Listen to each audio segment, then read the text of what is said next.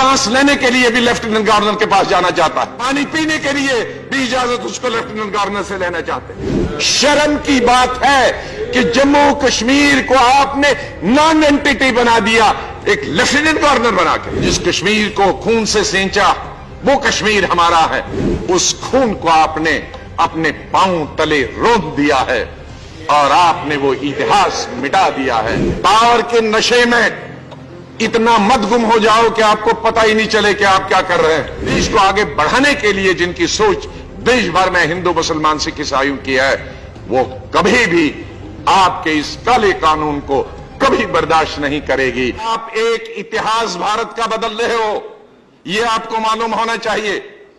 Power के नशे में इतना मत गुम हो जाओ कि आपको पता ही नहीं चले कि आप क्या कर रहे हैं। आपने एक स्टेट को उसका इतिहास मिटा दिया है, मसल दिया। एक स्टेट से बनाकर उसकी यूनियन टेरिटरी। आपको खाली ज्योग्राफिया मालूम है, जम्मू कश्मीर की हिस्ट्री मालूम, आपको यह मालूम है लद्दाख में 2 डिस्ट्रिक्ट है, एक लेह और कारगिल।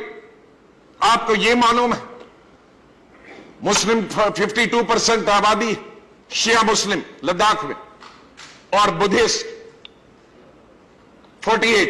इन 52 में कुछ और भी हमारे धर्म 2-4% है और बुद्धिस्ट में भी कुछ और 2% है, लेकिन ओवरवेलमिंग मेजॉरिटी बिटवीन बुद्धिस्ट।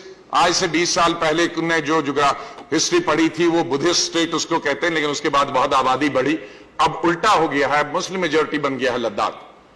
और बुद्धिस्ट 30 साल पहले से हमारे भाई लेके वो यूनियन टेरिटरी चाहते थे और कारगिल वाले लद्दाख से निकलकर कश्मीर प्रोविंस में आना चाहते हैं। ये किसी को मालूम? ये कारगिल वाले।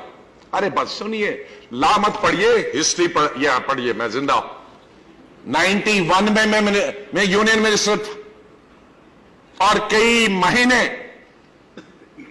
महीने लेह में हड़ताल चल रही थी हिल काउंसिल की, और कारगिल में चल रही थी एंटी हिल काउंसिल की। और मैं गवर्नमेंट ऑफ इंडिया की तरफ से नेगोशिएशन करने गया।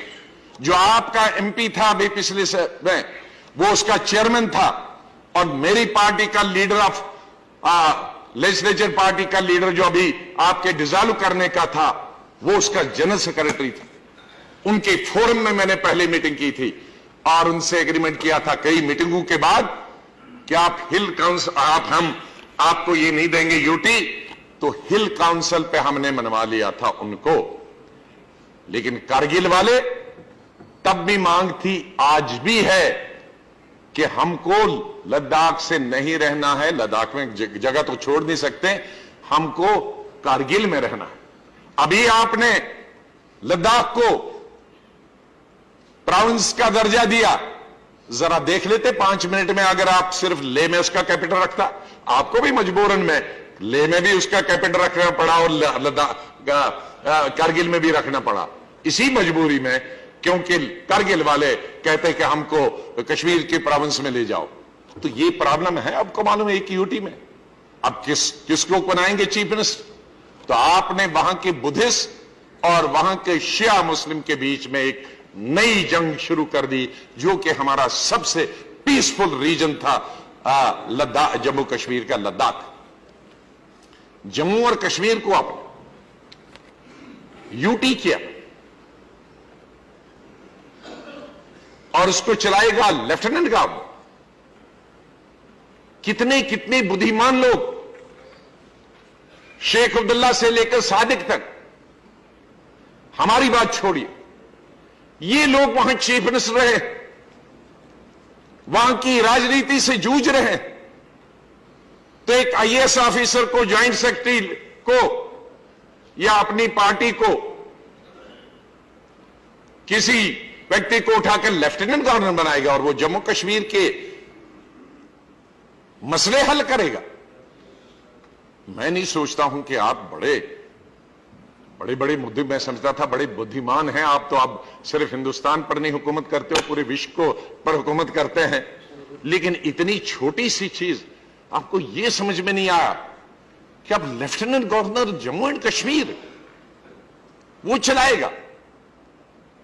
इसलिए मुझे बहुत ही अफसोस से कहना पड़ता, अफसोस आपकी सोच पर है कि क्या हम तो एक नया भारत बनाने वाले हैं, तो पुराने भारत को बिगाड़ दोगे, खत्म कर दोगे, तोड़ फोड़ जोड़, और फिर नया भारत तो बनेगा।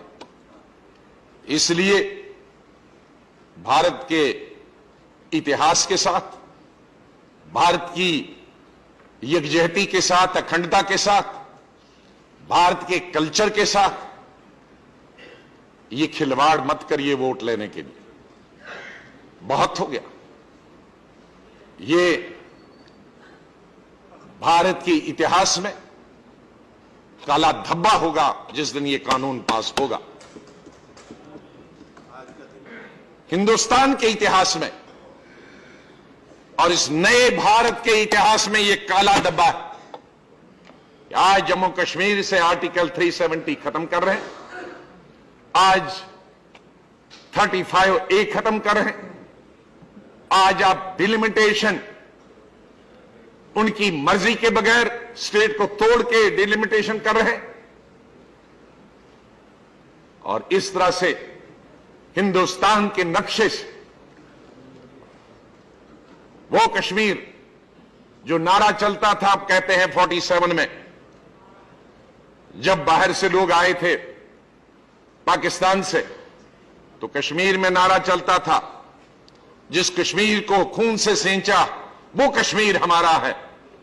आज उन हजारों बहनों ने, भाइयों ने, नौजवानों ने जिस खून से सींचा था, आज उस खून को आपने अपने पांव तले रोंद दिया है और आपने वो इतिहास मिटा दिया है।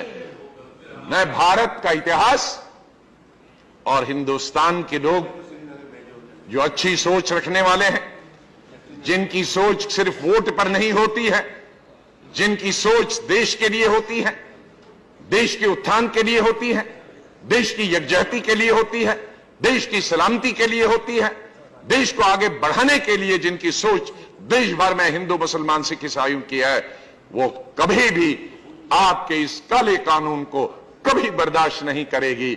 चाहे आप मेजॉरिटी से, आप अपनी ताकत के बलबूते से कानून लाएंगे, लेकिन इसको लोगों के दिलों में उतारने में आप ना सफल होंगे। बहुत बहुत धन्यवाद।